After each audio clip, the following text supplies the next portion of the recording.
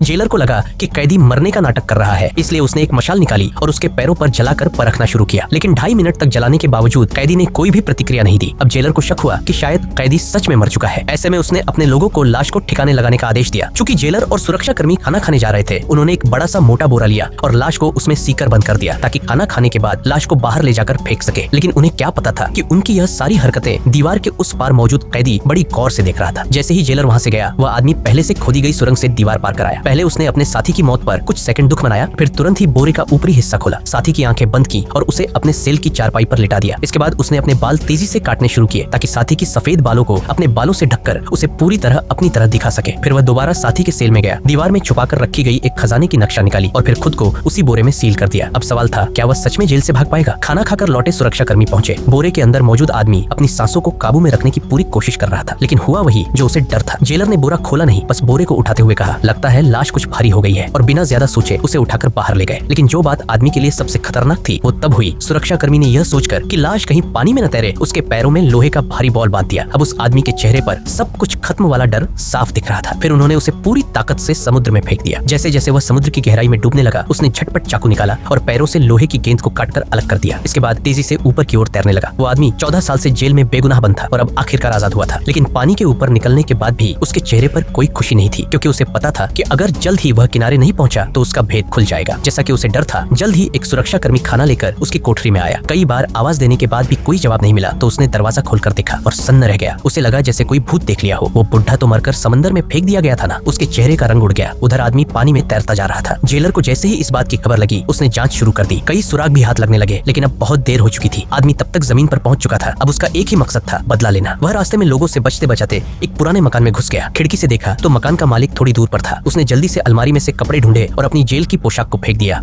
उसी पोशाक से जिससे उसे नफरत थी। कपड़े बदलने के बाद वह लगभग पहचान में ही नहीं आ रहा था। जाते जाते वह उस घर से कैंची और लोहे की एक रॉड भी चुरा ले गया। कुछ समय बाद अपनी वर्षों पुरानी यादों के सहारे वह अपने पुराने गांव पहुंचा। वहां लोगों से पूछताछ की तो पता चला उसके पिता कई साल पहले ही गुजर चुके हैं। एक बूढ़े व्यक्ति ने उसे पिता की कब्र तक पहुंचाया। उसका दिल टूट गया। बड़ी मुश्किल से वह जेल से निकला था और अब यह दुखद खबर उसे तोड़ रही थी। और भी दिल दहला देने वाली बात तब सामने आई जब बूढ़े व्यक्ति ने बताया उसके पिता की मौत डिप्रेशन से हुई थी। उसी पल उसे एहसास हुआ, जेल जाने के बाद सबसे ज्यादा दर्द किसे हुआ था? उसके उस पिता को जिसने उससे सबसे ज्यादा प्यार किया। और तब उसकी नजर पड़ी पिता की कब्र पर। वहाँ खुदी हुई तारीख में वही साल लिखा था जिस साल उसे जेल भेजा गया था। अब वह समझ गया, जिसने उसे फंसाया था वो चाहता था कि वह जेल में ही मरे और बाहर कभी ना आए। इसके बाद वह अपनी पुरानी मंगेतर के घर गया, लेकिन वहाँ भी उसे गहरा झटका लगा। मंगेतर ने तो उसे जेल जाते ही किसी और से शादी कर ली थी और अब वह इस दूर दराज गाँव को छोड़कर बड़े शहर में बस चुकी थी। इन तमाम झटकों से टूट चुका वह आदमी यह नहीं जानता था कि जिस दुश्मन ने उसे झूठे आरोप में फंसाया था वही अब उसकी मंगेतर का पति बन चुका था।